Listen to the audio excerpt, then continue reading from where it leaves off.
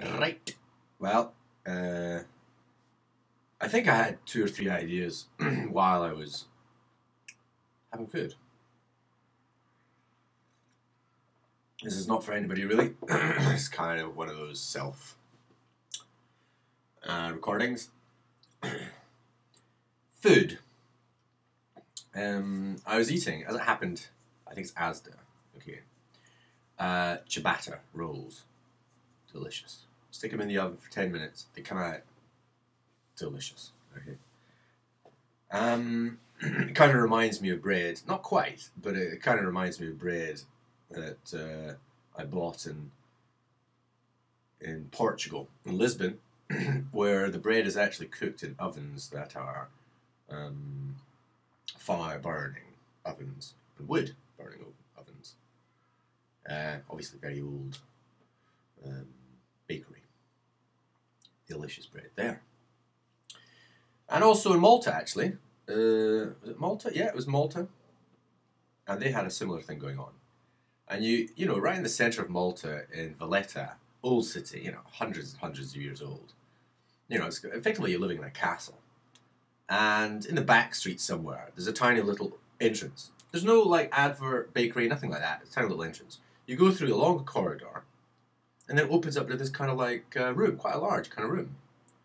And there's an oven, huge big oven thing, and there are people, kneading bread. There's flour everywhere. It's just, yeah. Now, wouldn't it be nice? Now, these people get the feedback from the people who eat the bread. Okay, they get feedback. People go there because they love the bread, and then when they talk to them, they kind of say, love your bread. And that's why they keep on coming back. And, relationships are formed. And so these people know when they're kneading the bread and when they're putting it in, and every day they know that it is being appreciated. The care and attention they give to making bread is actually appreciated because they know, because they meet the people who eat the bread. It's not complicated. And therefore, it's quite high quality.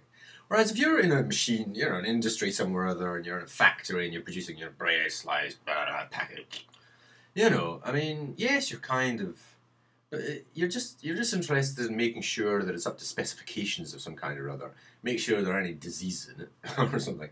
But also something about the taste that somebody has decided somewhere or other is the right taste. And so you're just making sure the machines, the quantities are right. And as long as the quantities are right, it doesn't really matter what the experience is by the end user, really. Okay, so, real problem.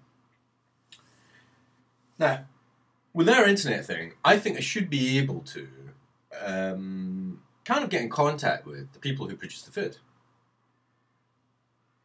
The people who produce this bread that I just ate, I should be able to, go yum, yum, yum, type it in the screen, so yum, yum, yum. What a lovely bread. I'm going to have more of that. Thank you very much. Really tasty. Or perhaps I can engage them with, put a little recording like this and go, wow, yum, yum, yum bread. Now, I'm not really doing it to promote anybody or anything. I'm just kind of giving feedback to the people who produce it. That's about it, really. Now, it would be quite nice to do that locally. I mean, it would be quite nice to do that with, some bread that pops into a local shop and it's made by a local bakery. And, we have the internet connections to be able to facilitate this. So everybody in the community could spend, a little bit of time, ever so often, just going, God, this bread's amazing. Thanks very much. Da-da-da. And maybe even engaging them. Linking in, it's like a little television, interactive television thing. I don't see why that can't happen.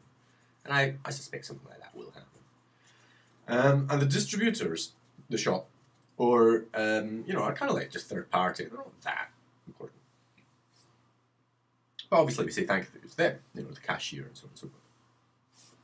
But the point is to get us, the consumer, directly into engagement with the producers. Now, to do that across the globe, all right, in terms of products, would be impossible for anybody or any group or any institution to produce to that system of communication. However, it's just little bots, me, you, we could, find our way to the people and set up the link. And if we all had the ability to do so, and there were sites that assisted us, or software that assisted us to do that, then we can effectively make those connections from the consumer back to the producer. Now, this is a crazy idea. Nobody's ever going to move on this. I mean, this is 2009. March, 1st of March. So nobody's really in a position to do that quite yet. I mean, people kind of go, oh, that's quite a nice idea. There'll be a few people go, oh, I'm thinking that. Right. But how do we actually put this into practice? Deep strategy. Deep strategy would involve, doing it with supermarkets. I just got this bread out of Asda. Presumably somebody making that bread. And presumably Asda might actually facilitate the engagement of me, the consumer, to the producer. You see? And then I was thinking about Marks and Spencer's, because I remember looking at, I can't remember what I bought, raspberries or strawberries or something, and they actually had the specific, not only the area, okay, of where they were produced, what country, it didn't have the area, it had the specific farm. Okay, so the data's there, they've got all the information. The trick is, the producer doesn't ever hear of it, really. And it'd be quite nice if all they did was that extra little step. And so maybe I go to Marks and Spencer's with this idea and say, look, I would like to kind of like give feedback to the individual people who produce, the food that I eat. And you've got all the data, so would you allow me to kind of access that in a way? A nice, easy way, all right? So we develop a little bit of an interface so that I could get on, maybe Marks and Spencer's, and find the product, and go, oh, thank you very much, bit of video, whatever. And the producers themselves, and so we get in contact. And so Marks and Spencer's becomes this facilitator of engagement. Okay, now, I would probably do that for Marks and Spencer's. I might even do that for Asda. And you think, wait. Supermarkets. We don't want to be promoting them. Well, not really. But we do have to kind of like say, we have to kind of convert them. And this is deep strategy. So it's not a matter of competing with supermarkets. It's about empowering them. Okay? Or in fact, helping them empower us. Helping them empower producers and consumers. And the way we do that is not by competing with them and kind of, oh, they're bad. But actually saying, no, they're really good. I've eaten this bread. I can testify to that. Really good. And I'd like to assist in giving a bit of feedback directly to the producers. And that's really the idea, really. I mean, it's not particularly kind of complicated, is it?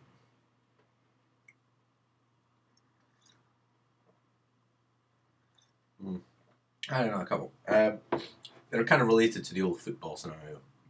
And I think it's possible for me to get in contact with, for example, Hearts or some team in London and suggest that Tron, for example, is a very good mechanism to develop teamwork. And of course, they won't accept the fact that this could be useful for their actual team, that they're professionally. But they might accept the fact that this might be useful for schools.